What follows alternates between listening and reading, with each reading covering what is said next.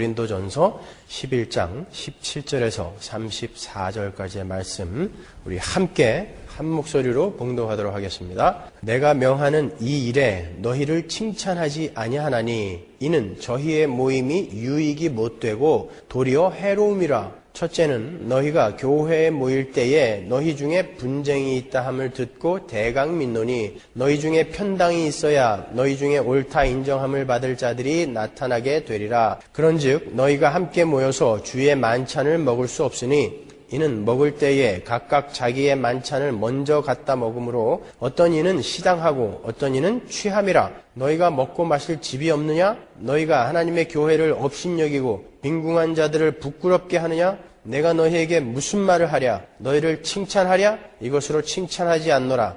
내가 너희에게 전한 것은 주께 받은 것이니 곧 주 예수께서 잡히시던 밤에 떡을 가지사 축사하시고 떼어 가라사대 이것은 너희를 위하는 내 몸이니 이것을 행하여 나를 기념하라 하시고 식후에 또한 이와 같이 잔을 가지시고 가라사대 이 잔은 내 피로 세운 새 언약이니 이것을 행하여 마실 때마다 나를 기념하라 하셨으니 너희가 이 떡을 먹으며 이 잔을 마실 때마다 주의 죽으심을 오실 때까지 전하는 것이니라. 그러므로 누구든지 주의 떡이나 잔을 합당치 않게 먹고 마시는 자는 주의 몸과 피를 범하는 죄가 있느니라. 사람이 자기를 살피고 그 후에야 이 떡을 먹고 이 잔을 마실지니 주의 몸을 분변치 못하고 먹고 마시는 자는 자기의 죄를 먹고 마시는 것이니라. 이러므로 너희 중에 약한 자와 병든 자가 많고 잠자는 자도 적지 아니하니 우리가 우리를 살폈으면 판단을 받지 아니하려니와 우리가 판단을 받은 것은 주께 징계를 받는 것이니 이는 우리로 세상과 함께 죄정함을 받지 않게 하려 하심이라. 그런즉 내 형제들아 먹으러 모일 때에 서로 기다리라. 만일 누구든지 시장하거든 집에서 먹을지니 이는 너희의 판단받는 모임이 되지 않게 하려 함이라. 그 남은 것은 내가 언제든지 갈 때에 귀정하리라. 아멘. 오늘은 요한계시록을 잠깐 쉬고 교회론 11번째 설교를 하도록 하겠습니다. 오늘날 교회가 무엇인지를 정확하게 정의하고 있지 못하고 인식하고 있지 못하기 때문에 오늘날 이렇게 힘이 없고 엉터리 같은 모습을 하고 있는 것입니다. 교회가 무엇인가에 대한 것은 강조하고 강조해도 부족하지 않습니다. 앞으로도 교회로는 계속 12번째, 13번째, 14번째 계속 이어나갈 거예요. 우리 하나님의 백성들이 이 땅에 존재해야 할 유일한 목적이 뭐라고 생각하세요, 여러분? 우리 하나님의 백성들이 이 땅에 존재해야 할 유일한 목적이 뭡니까? 행복입니까? 기쁨입니까? 쾌락입니까? 뭡니까? 자, 그럼 그보다 먼저 하나님께서 왜 하나님의 백성들을 건져내셨습니까? 무슨 이유로? 왜 하나님의 백성들을 창조해서 이 땅에 던져놓으신 거예요, 하나님이? 거기에 대한 대답이 이사야서 43장에 아주 훌륭하게 나와 있는데 그 중에 2절만 찾아서 읽고 가겠습니다. 이사야서 43장 7절을 한번 볼까요? 무릇 내 이름으로 일컫는 자 곧 내가 내 영광을 위하여 창조한 자를 오게 하라. 그들을 내가 지었고 만들었느니라. 내 영광을 위하여 창조된 자, 그들을 교회라고 그래요.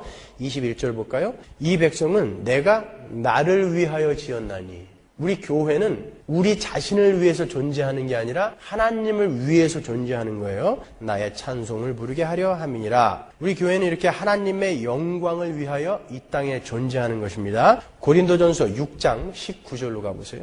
너희 몸은 너희가 하나님께로부터 받은 바 너희 가운데 계신 성령의 전인 줄을 알지 못하느냐? 너희는 너희의 것이 아니라 값으로 산 것이 되었으니 그런즉 너희 몸으로 하나님께 영광을 돌리라. 우리는 뭐 해야 되는 사람들이에요?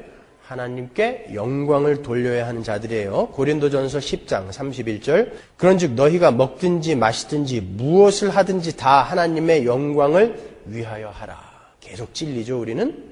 그러면 하나님의 영광을 나타내는 삶, 하나님의 영광을 위한 삶이 뭐예요? 공부 열심히 해서 좋은 대학 들어가는 게 하나님의 영광을 위한 겁니까? 훌륭한 사람 되는 건가요?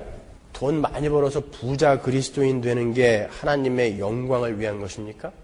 축구 경기에서 골 딱 차놓고 상대방 골키퍼는 그냥 낙심해서 풀 푹 죽어 있는데 잔디밭을 달리면서 무릎 꿇고 기도하는 거, 그게 하나님의 영광을 위한 겁니까? 하나님의 영광이 나타나는 거예요, 그게? 권투 경기하고서는 상대방 완전히 묵사발 만들어 놓고 하나님의 영광을 위해서 열심히 싸웠습니다. 그러면은 정말 하나님의 영광이 나타나나요? 거기서? 뭐예요? 가요 톱10에서 1위 해가지고서 이 모든 영광을 하나님께 돌립니다. 그러면 하나님께 그 영광이 돌아갑니까? 이 영광을 누구에게 돌리겠습니까? 임성훈 씨가 물어볼 때 이 모든 영광을 하나님께 돌리겠습니다. 그러면 정말 하나님께 그 영광이 돌아가나요? 제가 그거 한번 해보려고 얼마나 노력했는데 안 되더라고요. 가요톱10 1위 김성수 그러면 제가 나와서 이 모든 영광을 하나님께 돌립니다 하면서 눈물도 좀 흘리고 그러려고 그랬는데 그래서 제가 5위까지 올라갔었어요. 그거 아세요 여러분? 가요톱10 5위? 여러분 목사 그런 사람이에요. 하나님이 목사 시키려고 5위에서 막아서 그렇지 꽤 유명해질 뻔했던 사람이에요 제가. 뭐가 하나님의 영광을 위한 삶이에요? 뭐가 하나님의 영광을 나타내는 삶입니까 여러분? 성경에 나오는 영광이라는 그 단어, 독사라는 그 단어는 어떤 사물이나 존재의 내용이 밝게 밝혀지는 것, 그것을 독사, 영광 이렇게 이야기하는 거예요. 그러니까 하나님의 성품, 속성, 거룩하심, 아름다움, 존귀함 이러한 하나님에 관한 내용들이 신자의 삶에서 나타나는 것이 하나님의 영광을 나타내는 삶이에요. 다른 거 아니에요. 다른 거 하려고 하지 마세요. 그러면 성경에서 그 하나님의 속성, 성품, 즉 하나님의 영광이 가시적으로 가장 잘 나타나는 것이 어디예요? 요한복음 12장에 보면 헬라 사람들이 빌립을 통해서 예수님을 만나러 왔을 때 예수님께서 인자가 영광을 얻을 때가 왔다 이렇게 말씀하신 장면이 있어요. 그 말씀은 이제 예수님께서 십자가를 지심으로 말미암아 유대인들과 이방인들의 담을 허물고 예수 그리스도 안에서 하나로 만드실 날이 왔다라는 그런 말씀이죠. 그런데 주님은 그 십자가를 지시는 사건을 인자가 영광을 얻을 때라고 말씀을 하세요. 그러니까 그 십자가에 예수 그리스도의 영광이 하나님의 영광이 다 표현되어 있다는 말이죠. 예수 그리스도의 영광은 하나님의 영광이니까요. 그럼 십자가를 한번 생각해 보자 말이에요. 하나님의 영광이 뭔지. 십자가에는 죄를 벌하셔야만 하는 하나님의 공의가 나타났죠. 그리고 죄를 가까이 하실 수 없는 하나님의 거룩하심이 그 십자가에 나타나 있는 거예요.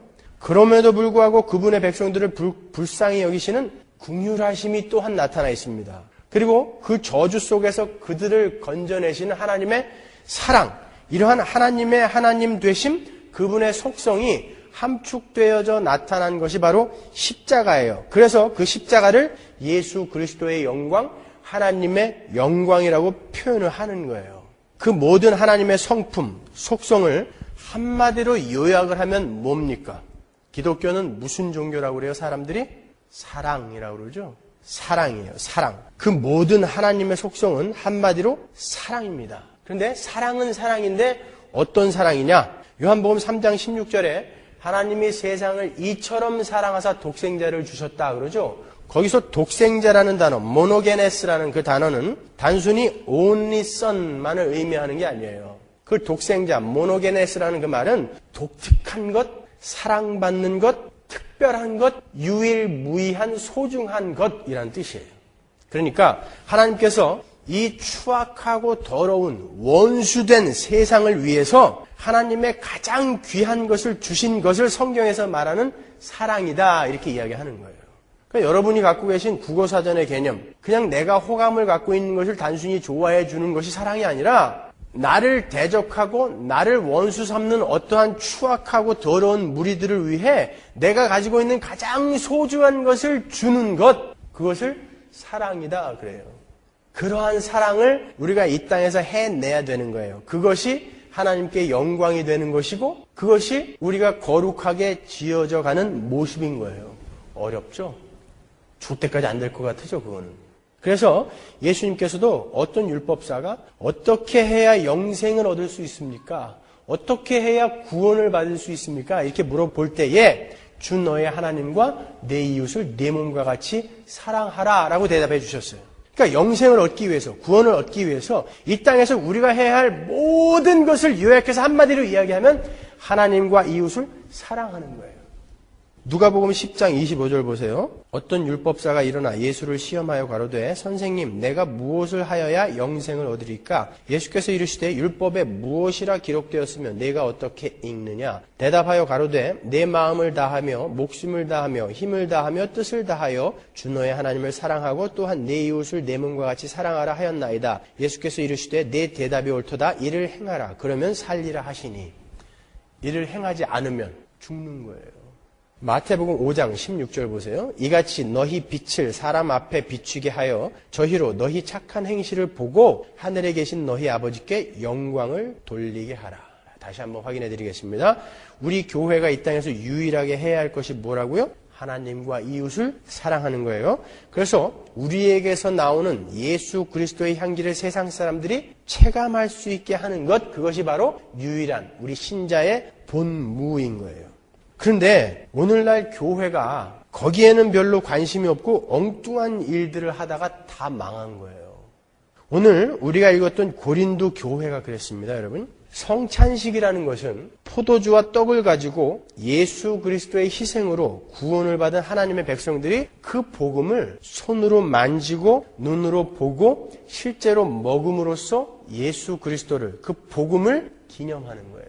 확인하는 거예요. 새 언약으로 말미암아 새롭게 창조된 자들의 특권이죠. 오늘 본문 25절에 보면 식후에 또한 이와 같이 잔을 가지시고 가라사대 이 잔은 내 피로 세운 새 언약이니 이것을 행하여 마실 때마다 나를 기념하라 하셨으니. 고대 사람들이 언약을 맺을 때는 피의 언약을 한다고 그랬죠. 재물을 쪼개놓고. 십자가는 하나님께서 자신을 쪼개놓고 하나님의 백성들과 영원히 깨어지지 않을 새로운 언약, 피의 언약을 하신 사건이에요. 나는 너희의 하나님이 되고 너희는 나의 백성이 되리라. 너희는 나의 자녀가 되리라. 이 언약을 하신 사건이 바로 새 언약의 사건, 십자가의 사건이란 말이에요. 그 예수 그리스도의 십자가의 죽음으로 말미암아 타락으로 일그러진 하나님의 백성들이 예수 그리스도 안에서 재통일되어서, 재창조되어서, 새롭게 창조되어서 하나가 되었음을 고백하며 그 예수 그리스도의 은혜를 기념하는 것이 성찬식이란 말이에요. 그래서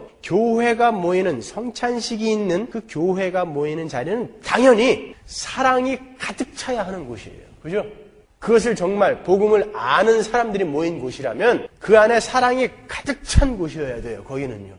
이렇게 성찬의 의미는 눈에 보이는 복음인 거예요. 그래서 초대교회 때는 거의 매일 성찬식을 거행했어요. 성찬식도 지금 로만 캐톨릭의 영향을 받아서 이렇게 작은 떡덩이나 작은 포도주잔을 가지고 한 것이 아니라 함께 식사를 했다고요. 그러면서 포도주와 떡을 나눠 먹으면서 성찬식을 했단 말이에요. 그러니까 파틀락을 한 거죠. 서로 각자 집에서 자기가 먹을 것을 조금씩 가져와서 전부 이렇게 쌓아놓고 함께 식사를 나누면서 성찬식을 한 거예요. 그런데 고린도 교회는 부자들도 있었지만 아주 가난한 노예들이나 잡상인 같은 하층 평민들이 아주 많았어요. 부자들은 시간이 많았고 먹을 것도 풍부했죠. 그래서 교회가 모일 때 미리 와서 좋은 자리에 앉아서 다른 이들을 기다렸어요. 노예들이나 가난한 상인들은 늦게까지 일을 하고 문 닫고 정리하고 그리고 나서 그 교회의 모임에 참석할 수 있었어요. 그러니까 집안의 식당과 거실은 거의 이 부자들이 와서 다 차지하고 앉았다고요.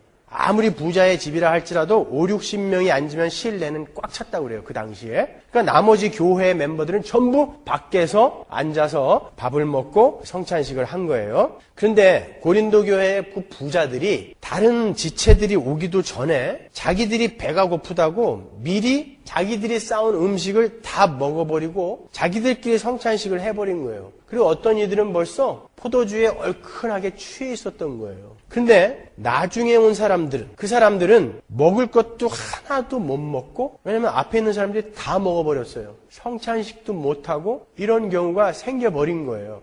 교회 안에서. 그런데 나중에 온 사람들은 자기들이 먹을 것을 준비할 수도 없는 가난하고 무지한 사람들이었기 때문에 밥을 못 얻어먹고도 오히려 부끄러워했다는 거예요. 그 사실로. 그것을 사도 바울이 지금 책망하는 내용이 바로 오늘 우리가 읽은 본문의 내용이에요. 고린도전서 11장 22절 한번 보세요. 너희가 먹고 마실 집이 없느냐? 너희가 하나님의 교회를 업신여기고 빈궁한 자들을 부끄럽게 하느냐? 내가 너희에게 무슨 말을 하랴? 너희를 칭찬하랴? 이것으로 칭찬하지 않노라. 34절 보세요. 만일 누구든지 시장하거든 집에서 먹을지니 이는 너희의 판단받는 모임이 되지 않게 하려 함이라. 배고픔은 집에서 먹고 와라. 왜 여기 와가지고 오히려 가난하고 불쌍한 사람들을 더 부끄럽게 만드느냐 이렇게 책망하는 거예요. 이것은 단순히 부자와 가난한 자의 이야기를 하는 게 아닙니다. 왜 교회에 사랑이 없느냐 그거예요. 왜 교회에 사랑이 없느냐. 우리가 에베소서를 공부할 때 배웠지만 교회는 이제 예수 그리스도의 피로 말미암아 새롭게 태어난 새로운 피조물이에요. 교회는 육적인 물질적인 유물론적인 세계관과 그러한 원리에 의해서 움직여지는 조직이 아닌 거예요. 교회는 영적인 것으로 판단되고 정의되고 영적인 원리에 의해서 움직여지는 조직이 아닌 하나의 몸뚱아리, 유기체인 거예요. 요한복음 6장 33절 보십시오. 살리는 것은 영이니 육은 무익하니라. 내가 너희에게 이른 말이 영이요 생명이라. 교회는 영적인 집단이에요. 새거라는 거예요. 새거. 골로새서 3장 9절. 너희가 서로 거짓말을 말라 옛사람과 그 행위를 벗어버리고 새사람을 입었으니 이는 자기를 창조하신 자의 형상을 조차 지식에까지 새롭게 하심을 받는 자니라. 거기는 헬라인과 유대인이나 할레당과 무할레당이나 야인이나 수구디아인이나 종이나 자유인이 분별이 있을 수 없나니 오직 그리스도는 만유이시요 만유 안에 계시니라. 교회는 그가 처해 있는 문화나 관습 그리고 각자의 세계관을 형성케 만들어 놓은 과거의 경험이나 상처 이런 것으로 상대를 판단하고 인식하는 그런 세상과는 달리 완전히 새로운 영적인 것으로 판단되어지고 영적인 것으로 정의되어지는 완전히 새로운 공동체인 거예요. 그런데 오랫동안 주인과 노예라는 신분으로 살았던 고린도 교회의 교인들이 여전히 교회 안에서도 그러한 신분적 편당을 만들어낸 거예요. 너무나 오랫동안 당하고만 살았던 하층 서민 출신들이 자신들의 상처나 쓴뿌리들을 여전히 가슴속 깊이 간직하고 자기 자신들을 부끄러워했어요. 그리고 부자들을 시기하고 미워했습니다. 그리고 부자들은 은근히 그들을 업신여기고 무시한 거예요. 그래서 사랑으로 가득 차야 할 성찬식이 다른 이들이 먹던 말던 상전들인 자기들만 먹으면 된다는 식의 이기심과 그들의 그런 행동으로 인해서 상처를 받은 사람들의 상실감과 미움으로 가득 찬 그런 어처구니 없는 성찬식이 되어버렸다는 거예요.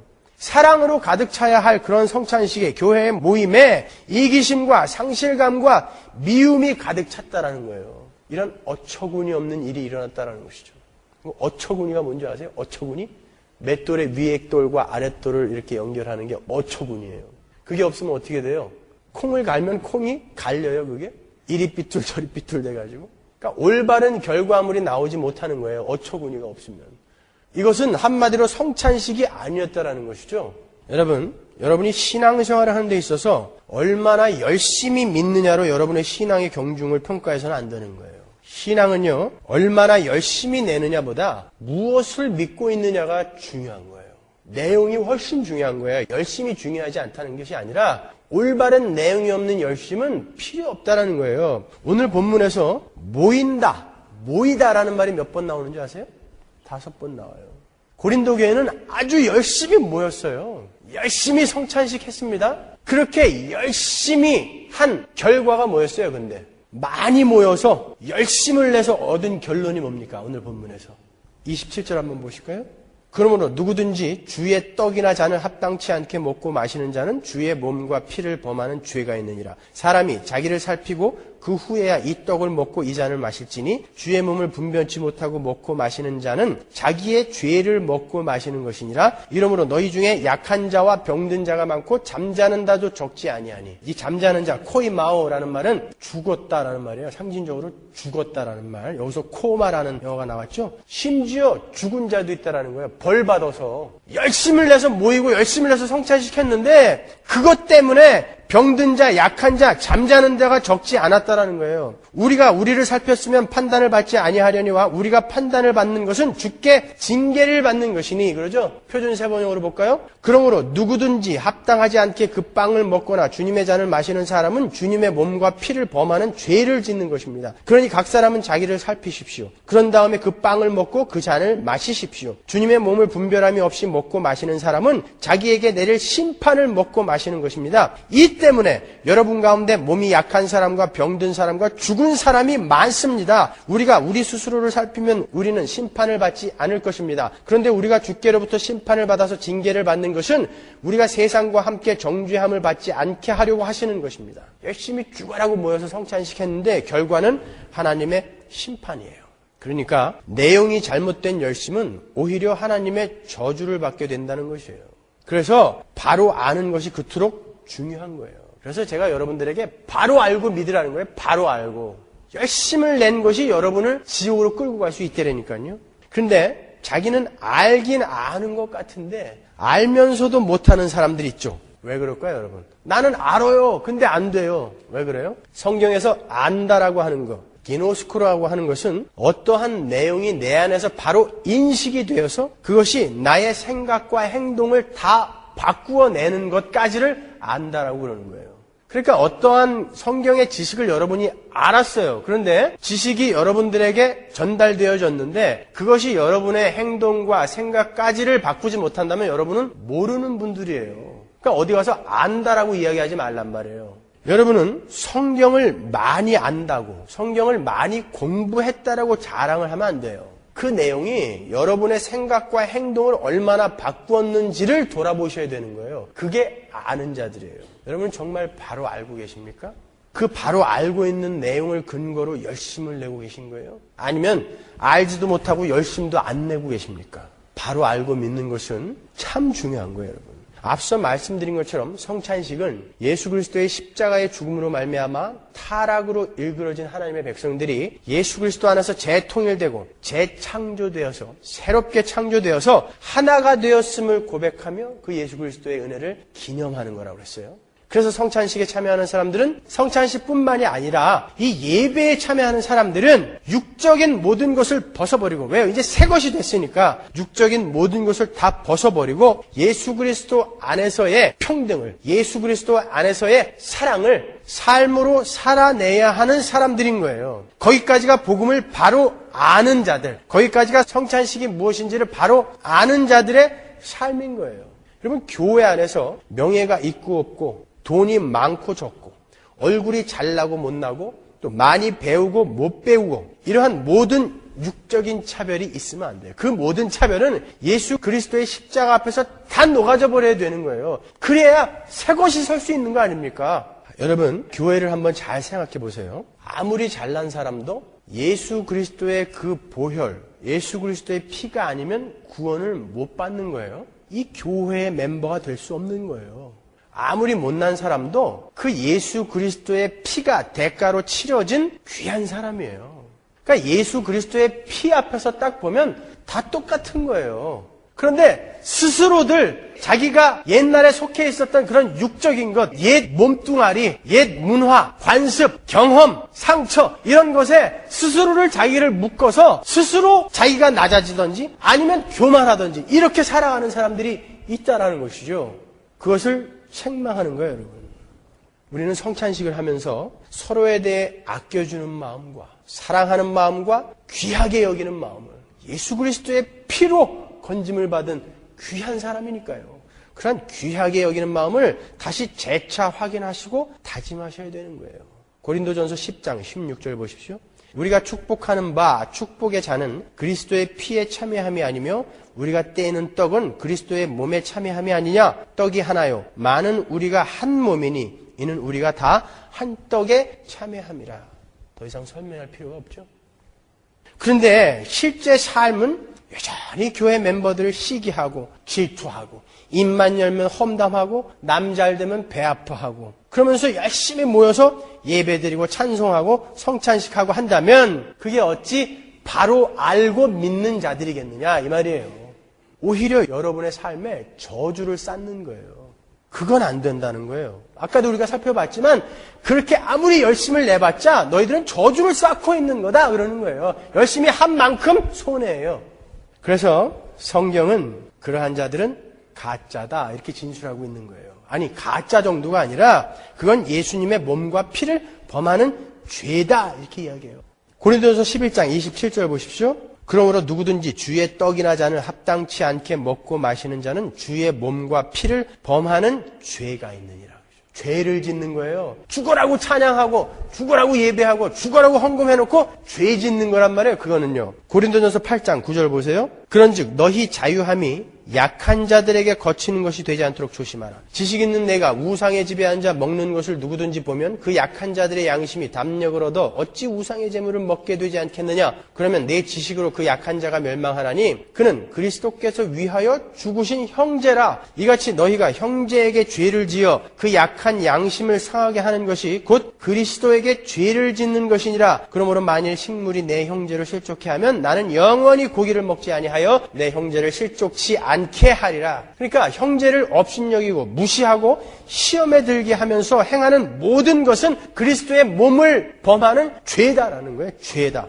왜 그렇습니까? 우리는 예수 그리스도를 머리로 한 몸이잖아요. 즉 예수 그리스도의 몸이 되었기 때문에 교회 안에서 교회의 멤버들을 그들도 예수 그리스도의 몸이니까 그 멤버들을 미워하고 시기하고 질투하고 무시하고 하는 것은 예수 그리스도의 몸을 모독하는 것이고 그것은 죄다라는 거예요. 이 구절을 가지고 로만 캐톨릭이나 무지한 개신교 목사님들이 성찬식에 참여하기 위해서는 최근에 지은 죄를 다 회개하고 먹어야 된다. 안 그러면 벌 받는다. 뭐 이렇게 가르치는 무식한 인간들이 있는데 그 이야기 하는 거 아니에요, 여러분. 오히려 우리가 죄인이라고 하는 그 인식이야말로 우리가 성찬식에 참여해야 할 가장 크고 훌륭한 이유인 거예요. 그래서 십자가가 이 땅에 쓴 거 아닙니까? 그것을 눈으로 보여주는 게 성찬식인데 죄 지은 자가 못 오면 누가 오는 거예요, 여기에? 그런 엉터리 같은 거 배워가지고선 내가 여전히 이렇게 세상에서 사기치고 또 우리 마누라랑 싸웠으니까 오늘은 성찬 먹지 말아야 되겠다. 이런 바보 같은 사람들이 있다니까요. 그래서 오는 거예요, 교회는요. 십자가는 그래서 쓴 거예요. 이 말은 우리는 예수 그리스도를 머리로 한 몸, 즉 예수 그리스도의 몸이 되었기 때문에 교회 안에서 교회 멤버들을 미워하고 시기하고 질투하고 무시하고 하는 것은 예수 그리스도의 몸을 모독하는 것이고 그것은 죄이므로 바로 알고 성찬식에 임하라라는 말이에요. 그러니까 성찬식을 행하는 것이 중요한 게 아니라 그게 무엇을 의미하는 것인지 바로 알고 행하라는 거예요. 사랑을 근거로 하지 않은 것은 아무리 거룩하게 보여도 다 그리스도의 몸을 욕되게 하는 죄다라는 것입니다. 하나님의 백성들은 하나님의 속성인 사랑을 하기 위하여 존재하는 자들이에요. 그런데 하라는 사랑에는 관심이 없고 성찬식하고 예배하고 찬송하고 봉사하고 헌금하는 거에만 관심이 있다는 거예요. 그건 아무 소용없다는 거예요. 우리 몸은 외부에서 세균이나 바이러스나 이물질이 들어오면 그것을 물리치기 위해서 항체라는 것을 형성합니다, 여러분. 자신의 몸속에 있는 세포에 대해서는 절대 항체를 형성하지 않죠. 그런데 자기 몸에 있는 조직에 대해서 스스로 항체를 형성하는 병이 있어요. 그것을 자가 면역성 질환이라고 그러죠. 류마티스 관절염 같은 게 그런 거죠. 자기 몸에서 항체가 만들어져 갖고 자기 몸의 조직을 막 공격하는 거예요. 관절염 같은 거야 좀 참으면 되지만 그게 간이나 갑상선이라든지 신장이나 이런 것들을 막 공격하다 보면 서서히 죽어가는 거예요. 그것을 자가 면역성 질환이라고 그러죠. 여러분, 우리 교회가 교회 안에서 자꾸 분열을 초래하고 교회 멤버들을 미워하고 하는 것은 자가 면역성 질환처럼 그리스도의 몸을 서서히 죽여가는 중대한 범죄인 거예요. 예수님의 몸을 또 한 번 찢어 발기는 거예요.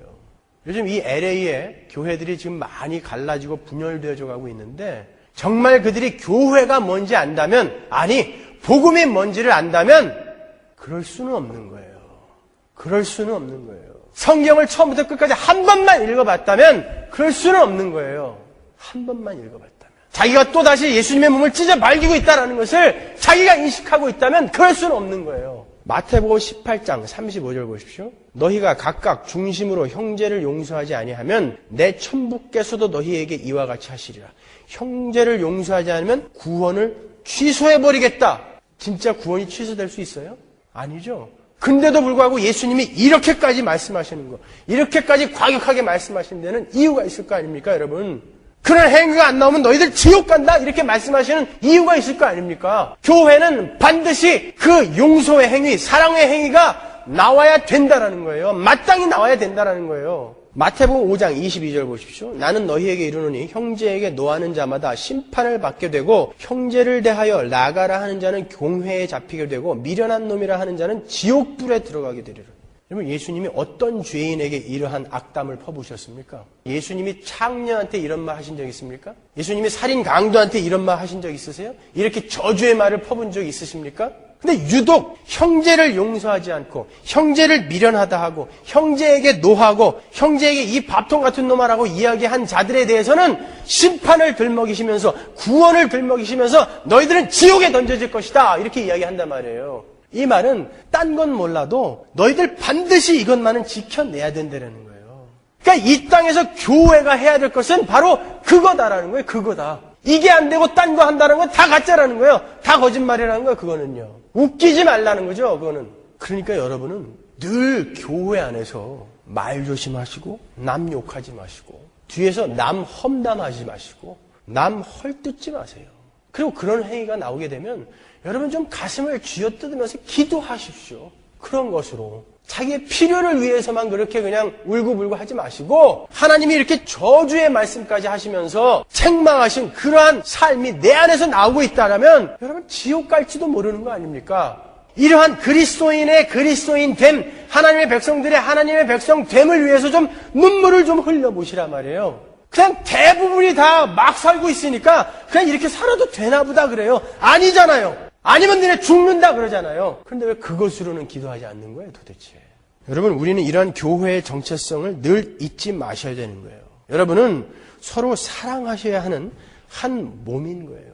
수백 번 이 말을 들으셨을 거예요. 이게 안 되는 건 여러분 아직 모르시는 분들이에요. 그러니까 어디 가서 잘난 척하지 말란 말이에요. 모르는 거예요. 아는 자들 아니에요. 알게 해달라고 기도하세요. 그러니까 알게 해달라고. 여러분, 우리 교회는 오히려 내가 손해보고 나를 죽여서 상대방을 살려야 하는 게요. 그게 교회예요. 예수님이 그렇게 살다 가시지 않았습니까? 골로새서 3장 12절 보십시오. 그러므로 너희는 하나님의 택하신 거룩하고 사랑하신 자처럼 긍휼과 자비와 겸손과 온유와 오래 참음을 옷 입고 누가 네게 혐의가 있거든 서로 용납하여 피차 용서하되 주께서 너희를 용서하신 것과 같이 너희도 그리하고 이 모든 것 위에 사랑을 더하라. 이는 온전하게 매는 띠니라. 그리스도의 평강이 너희 마음을 주장하게 하라. 평강을 위하여 너희가 한 몸으로 부르심을 받았나니 또한 너희는 감사하는 자가 되라. 로마서 15장 1절. 우리가 강한 자가 마땅히 연약한 자의 약점을 담당하고 자기를 기쁘게 하지 아니할 것이라. 그리스도인은 자기를 기쁘게 하기 위해서 사는 자들 아니에요. 우리 각 사람이 이웃을 기쁘게 하되 선을 이루고 덕을 세우도록 할지니라. 그리스도께서 자기를 기쁘게 하지 아니하셨나니 기록된 바 주를 비방하는 자들의 비방이 내게 미쳤나이다 함과 같으니라. 무엇이든지 전에 기록한 바는 우리의 교훈을 위하여 기록된 것이니 우리로 하여금 인내로 또는 성경의 안위로 소망을 가지게 함이라. 이제 인내와 안위의 하나님이 너희로 그리스도 예수를 본받아 서로 뜻이 같게 하여 주사 한 마음과 한 입으로 하나님 곧 우리 주 예수 그리스도의 아버지께 영광을 돌리게 하려 하노라. 이러므로 그리스도께서 우리를 받아들여 하나님께 영광을 돌리심과 같이 너희도 서로 받아들이라.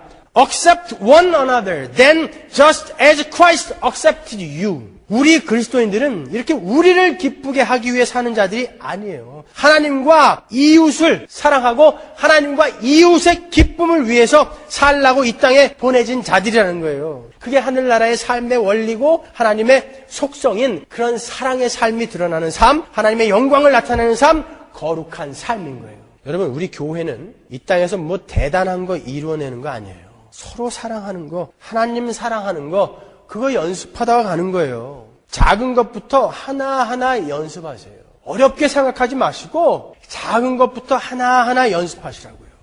오늘 본문 33절을 보십시오. 바울이 사랑이 없는 고린도 교회에게 어떻게 권면하는지 보세요. 그런즉 내 형제들아 먹으러 모일 때에 서로 기다리라. 만일 누구든지 시장하거든 집에서 먹을지니 이는 너희의 판단받는 모임이 되지 않게 하려 함이라. 그 남은 것은 내가 언제든지 갈 때에 규정하리라. 아주 간단하죠. 땅끝까지 이르러 내 증인 되라 그러십니까? 제발 예배당 크게 좀 지어다오 그래요? 헌금 좀 많이 해다오 그럽니까? 아니에요. 나중에 굶는 형제들이 생기지 않도록 밥 먹을 때 좀 기다려라. 정 배고프면 집에서 먹고 와라 이 새끼들아. 그거 하는 거예요. 우린 교회에서 사랑하는 거예요. 뭐 대단한 거 하려고 하지 마세요. 땅끝까지 이르러 제발 증인 되려고 하지 마시고 옆에 있는 사람을 사랑하라는 거예요. 옆에 있는 사람을요. 우리 교회가 하는 건 이거예요. 여러분, 여러분들에게 조금 섭섭하게 대하고 또 미워하는 마음이 들게 만드는 지체들이 교회 안에 있을 수 있어요. 왜 없겠습니까? 하나님은 분명 이 교회의 멤버들, 하나님의 백성들을 그러한 것으로 시험하신다고요. 아니 모든 게 다 잘 되고 누구나 다 나를 사랑해 줄 때 내가 남을 사랑하는 거 뭐 어려워? 그건 누구나 할 수 있어요. 그거는요. 불교 신자들도 할 수 있어요. 그러나 하나님이 요구하시는 이 성경에 나오는 그 사랑을 너희가 진짜 할 수 있는 사람이냐라고 계속 걸림돌을 던져보시는 거예요. 그때 합격하셔야 되는 거예요. 그게 신앙이라고 하는 거예요. 뭘 신앙이라고 하는 거예요? 뭐를? 그때 그걸 이겨내는 게 신앙이라고 하는 거예요. 그러한 사람들이 여러분 앞에 나타났을 때 그들을 적으로 간주하시면 안 돼요. 무슨 사연이 있겠지. 아니 어려서부터 사랑을 못 받고 자라는 사람은 자기가 사랑을 못 받는다고 생각하면 금방 실망하고 삐진다고 그러더라. 저분이 그런 불쌍한 환경에서 자랐나 봐. 늘 학대만 받고 자란 사람들은 그 성품이 아주 공격적으로 변한다고 하는데 혹시 저분이 그런 환경에서 자란 거 아닌가? 이렇게 좀 다양성을 인정해 주면서 accept하라는 거예요. 용납하라는 거예요. 용서해 주라는 거예요. 여러분 우리는요. 그러한 육적인 문화, 습관, 관습의 배경 그리고 우리의 세계관을 우리의 가치관을 만들게 한 그러한 어떤 상처, 쓴뿌리 이런 것들을 다 벗어버리고 십자가 앞에 다 벗어버리고 새로운 창조물로 이렇게 지어져 가는 게 교회잖아요. 그러니까 그러한 과정에 있는 자들이라는 것을 우리가 좀 인정해주고 기다려주고 용납해 주자는 거예요. 그리고 그들이 그러한 육적인 배경들을 빨리 벗어날 수 있도록 같이 기도해 주라는 거예요. 뿐만 아니라 거기서 자기를 한번 돌아보라는 거예요. 나는 다른 이들에게 아픔을 주거나 다른 이들에게 미움받을 짓을 하고 있지는 않은가? 그렇게 해서 조금씩 변화되어져 가고 그렇게 해서 조금씩 지어져 가라는 것이죠. 여러분 여러분의 필요를 구하는 기도 말고 여러분의 그리스도인 됨, 여러분의 하나님의 백성 됨을 위해서 얼마나 기도해 보셨습니까? 여러분 우리 교회 안에 있는 지체들의 아픔과 그들의 고통과 슬픔을 위해서 얼마만큼 가슴을 치면서 기도해 보셨습니까, 여러분? 우리는 회개해야 돼요. 우리는 너무 이기적이에요. 너무 계산적이에요. 여러분 이제 우리의 삶의 내용과 우리의 기도의 내용이 바뀌어야 돼요. 그래서 저는 오늘부터 열흘 동안 금식하면서 기도할 거예요. 다른 거 아무것도 기도하지 않고 저의 그리스도인 됨 그리고 교회의 아픔을 위해서 교회의 하나됨을 위해서 그렇게 기도할 거예요. 여러분들도 그 기도에 많이 동참하시기 바랍니다. 그리고 혹시 이 중에 어려운 상황에 처해 주신 분들 여러분 기죽지 마세요. 여러분이 기죽는 거 그거조차도 여러분 죄예요. 그거요. 아직도 여러분은 옛날에 속해 있는 사람이에요. 그러면 이제 새로운 창조물이면서요. 새로운 피조물이라면서요. 우리는 이제 새로운 한 몸이라면서요. 근데 왜 그런 육적인 것을 가지고 왜 교회에 와서 기죽냐 말이에요. 여러분 아직 모르는 거예요. 그러면 기죽지 마세요. 우리는 그런 것 십자가 앞에 다 녹여버리고 온 자들이에요. 가난한 거 죄 아니에요. 못 배운 게 죄입니까? 그런 건 아무것도 아니에요. 아무것도 아니에요. 그런 육적인 것 다 털어버리시고 영적인 새 몸으로서의 삶을 사십시오. 제발. 여러분은 새 사람이라니까요. 새 거라니까요. 그것으로 판단되어지는 분들 아니에요. 그러니까 기죽지 말란 말이에요. 그거 가지고. 여러분 성령 충만이 뭡니까? 입에 거품 물고 쓰러지면 성령 충만이에요? 예언하고 방언하면 성령 충만입니까? 뭐가 성령 충만이에요? 성령이 이 땅에 내려오셔서 하신 게 뭐예요? 예수 그리스도가 하신 일이 무엇인지 밝히 알게 만들어서 그들을 한 명 안에 하나로 묶은 게 성령이 하신 거 아닙니까? 성령 충만하다는 것은 그 성령 안에서 하나됨을 지켜내는 거. 그게 성령 충만한 거예요. 뭐가 영성이고 뭐가 성령 충만입니까, 여러분? 제발 딴 거 하려고 하지 마세요. 땅 끝까지 갈 생각 하지 말라니까요. 여러분 옆에 있는 분들을 먼저 사랑하세요. 교회가 하나됨을 위해 눈물을 좀 뿌리면서 기도하십시오. 마지막으로 에베소서 4장 1절에서 3절까지를 읽고 마치도록 하겠습니다.